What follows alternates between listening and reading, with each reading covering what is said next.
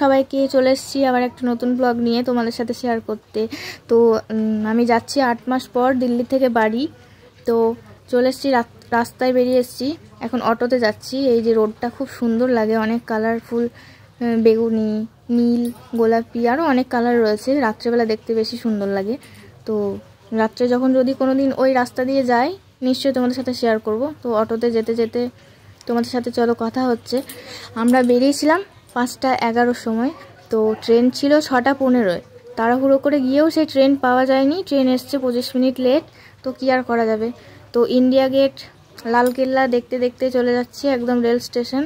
তো India gate গেছি 2-3 বার ঘুরতে, বাট তোমাদের সাথে ভিডিওতে শেয়ার করা হয়নি। আমি যখন দিল্লি থেকে বাড়ির থেকে দিল্লি যাব তখন নিশ্চয়ই তোমাদের সাথে শেয়ার করবো। এখন যেটুকু পেরেছি ক্যামেরার মধ্যে ক্যাপচার করে রেখেছি, তোমরা একটু দেখো কেমন লাগছে দেখতে। আমার তো খুবই ভালো লাগে, ওটা নাইটে খুব সুন্দর লাগে, সন্ধ্যা লাগে আস্তে আস্তে। ন্যাশনাল ইন্ডিয়ান ফ্ল্যাগে যে কালারটা থাকে, সাদা, সবুজ আর অরেঞ্জ কালার, কমলা, তো ওটার মতো কালার হয়, খুব সুন্দর লাগে রাত্রেবেলা দেখতে।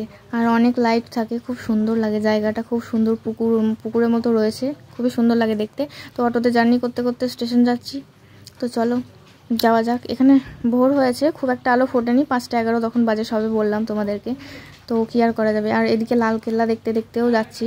লালকেল্লাও আমার যাওয়া হয়নি, মানে দিল্লিতে এত গরম, মানে 47-48 ডিগ্রি টেম্পারেচার, গরমে থাকাই যায় না, এত গরম করে রুমে। তো কি আর করা যাবে, বাইরে তো একদম যাওয়া যাবে না, এত রোদ, মানে একদম পুড়িয়ে দেওয়ার মতো গা হাত পা, কিন্তু বেরোতেই পারি না, খুব কষ্ট হয় রোদে। এই যে যেটুকুই পেরেছি তোমাদের সাথে শেয়ার করেছি। প্যালেসটা অনেক বড়, বাট আমি যখন যাব তোমাদের সাথে নিশ্চয়ই পুরো প্যালেসটা শেয়ার করব। তো চলো দেখো তোমার একটু কেমন লাগে, তোমাদের সাথে শেয়ার করলাম। তোমরা কিন্তু কমেন্টে বলো অবশ্যই যে কীরকম লাগছে জায়গাটা। আর nature is a very beautiful, এত গাছপালা রয়েছে তোমাদের সাথে কি বলবো, খুব সুন্দর লাগে গাছপালা। প্রকৃতি তো সবসময় সুন্দর, সবুজ, চারিদিক সবুজ, কিন্তু যখন হাওয়া দেয়, রোদ থাকলে এত হাওয়া দেয়, মানে কি বলবো, সেই হাওয়াটাও শুদ্ধ গরম হয়ে যায়। এই যে গাইস লালকেল্লা প্যালেস, তোমরা দেখে নাও, যেটুকু পেরেছি সেটুকুই দেখিয়েছি তোমাদের সাথে, দেখো কেমন লাগে দেখতে।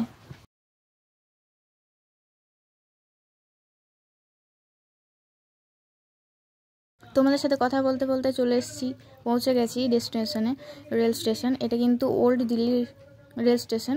তো তোমরা একটু দেখে নাও ঘুরে কেমন লাগে দেখতে, ভালোই লাগছে। ভোরবেলা বেশ অল্প আলো হয়েছে। আমরা ট্রেনে গেছি 5 জন, আমার বর যায়নি। তো ওর যে জেঠুর মেয়ে আছে ননদ, তার সাথেই গেছি। Hello everyone, welcome back to my channel. তো আশা করি সবাই খুব ভালো আছে। আমি আজকে খুব কষ্টে আছি, আমি আমার হাজব্যান্ডের কাছ থেকে দূরে চলে যাচ্ছি। তো জানি না কতদিন, 5 মাসের প্ল্যান আছে থাকার, জানি না কতদিন থাকবো। তো আজকের পর থেকে আমার ব্লগে হয়তো 5 মাস কি 3 মাস পর তোমরা দেখতে পাবে। কি আর বলবো, বাড়ি যেতে হবে, মা বাবাদের মন খারাপ করছে, কি আর করা যাবে। তো গাইস, বরেরও মন খারাপ, আমারও মন খারাপ। আর ট্রেনে উঠে গেছি, রাস্তায় যেতে যেতে দেখা হচ্ছে।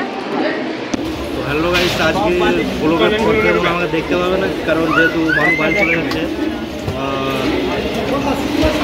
আর দেখতে পাবে না, 3 মাস পর দেখতে পাবে না। এখন হয়ে গেছে ট্রেন ছেড়ে দেওয়ার সময়। তো কি আর বলবো, আমি বাড়ি যাচ্ছি 8 মাস পর। ওদিকেও বাবা আমার জন্য মন খারাপ করছে, আর এদিকে আমার হাজব্যান্ডের জন্য মন খারাপ করছে, কিন্তু কি আর করবো, যেতে হবে। 8 মাস যেহেতু যায়নি, আর ওকে যেতে দেয়নি, ওকে হোটেল থেকে ছাড়েনি, বলেছে যে এখন যাওয়া যাবে না, লোক নাকি কম আছে। তো কি আর করা যাবে, ও যেতে পারলো না, 2-3 মাস পর আসবে, দিয়ে আমাকে নিয়ে যাবে। তো ওর শত মন খারাপের পরেও ও সেই মিথ্যে হাসিটা দিচ্ছে। কি আর করবো, কষ্ট আমারও হচ্ছে, আমার কি কষ্ট হচ্ছে না? তো কি আর করবো, চলো যাওয়া যাক। এই যে ট্রেনে যেতে যেতে একটা দেখাচ্ছি তোমাদেরকে, একটা বানর রয়েছে ওখানে বসে, তো দেখো ওই যে পা চুলকাচ্ছে।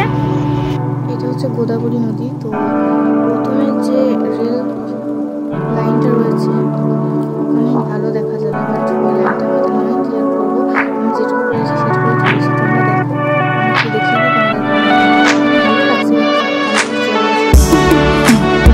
যায় না, যেহেতু ওই যে ব্রিজটা রয়েছে, রেল লাইন ব্রিজটা, ওটা ওই প্রথমে যাদের লাইন রয়েছে রেলের, তো তারাই ভালো ভিউটা দেখতে পারবে। আমি যেটুকু পেরেছি সেটুকুই তুলেছি, তো তোমরা দেখো কেমন লাগছে।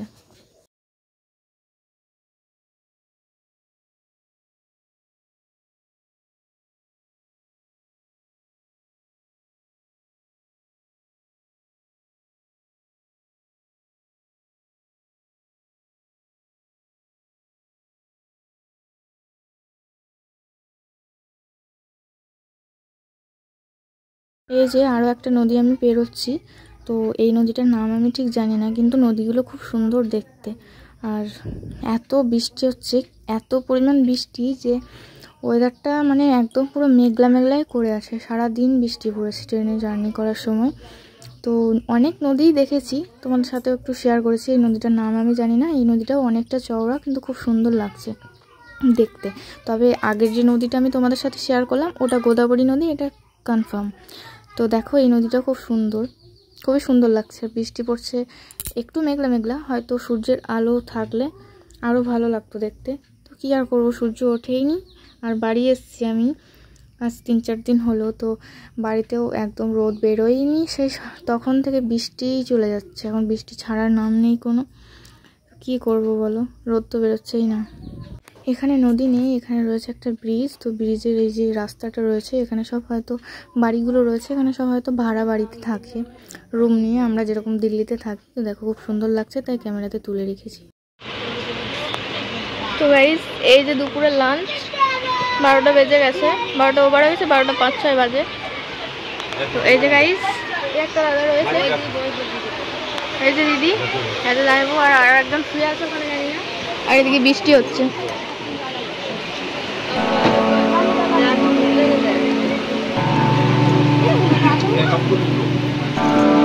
আমি যখন দিল্লিতে থাকতাম তখন তো বৃষ্টিতে বেরোতে পারতাম না, তো এখন বৃষ্টি বেশি, হাতে একটু নিচ্ছি জলগুলো, খুব ভালো লাগছে। আর এই যে একটা ফাঁকা রেলওয়ে রাস্তা ছিল, তো একদম ফাঁকাই ছিল। আর ওই যে পেট্রোল পাম্পের যে ট্রেন হয় ওগুলো দাঁড়িয়ে রয়েছে, দেখতে খুব সুন্দর লাগছিল। তখন একটু আলো ছিল।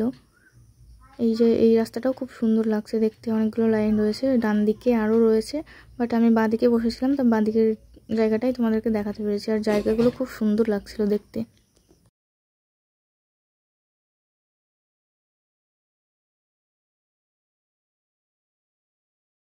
এই যে জঙ্গলগুলো রয়েছে, জঙ্গলের মধ্যে নাকি ময়ূর থাকে, আমি দেখেওছি। এই যে পাঁচিলগুলো রয়েছে, দুটো ময়ূর বড় বড় খুব সুন্দর দাঁড়িয়েছিল, দেখতে খুব সুন্দর লাগছিল। তো ক্যামেরায় তুলতে পারিনি, ট্রেন যেহেতু চলছে, তো ভেবেছিলাম যে হয়তো আবারও দেখতে পাবো। পেয়েছি যখন, হ্যাঁ পেয়েছি, কিন্তু অনেক দূরে দূরে, সেগুলো ক্যামেরাতে চোখে পড়বে না।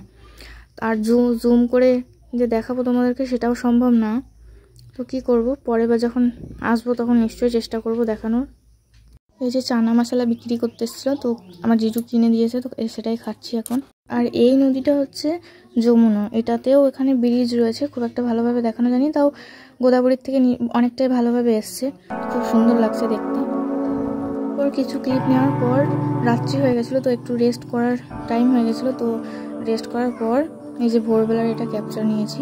এটাও একটা নদী, খুব সুন্দর লাগছিলো। আরও এই রাস্তাটার আগে অনেক পাহাড় ছিল, বাট রাত্রে বেরিয়েছে, সেগুলো দেখানো সম্ভব নয়। আর এই যে এটা আসানসোল থেকে দুর্গাপুরের মধ্যে যে জায়গাটা যায়, ওখানে ছোট্ট পাহাড়ের মতো ছিল একটা, এইটুকুই তোমাদেরকে দেখালাম। তবে নেক্সট টাইম যখন যাবো পাহাড়গুলো সব কিছু দেখানোর চেষ্টা করবো। আসলে ট্রেনের টাইমটা একটু অন্যরকম, সেই জন্য আর কি সব কিছু দেখাতে পারবো না। তো সরি গাইস, পরে যখন যাবো নিশ্চয়ই তোমাদের সাথে শেয়ার করবো।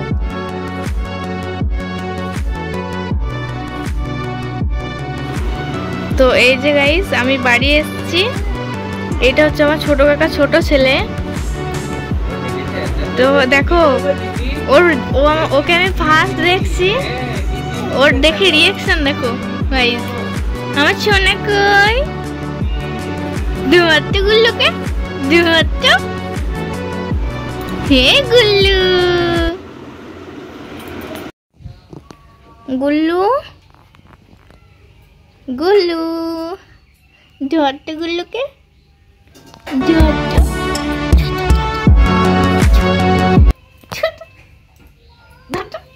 গুল্লু করে এইটা গুল্লু নাকি রে, এটা গুল্লু নাকি?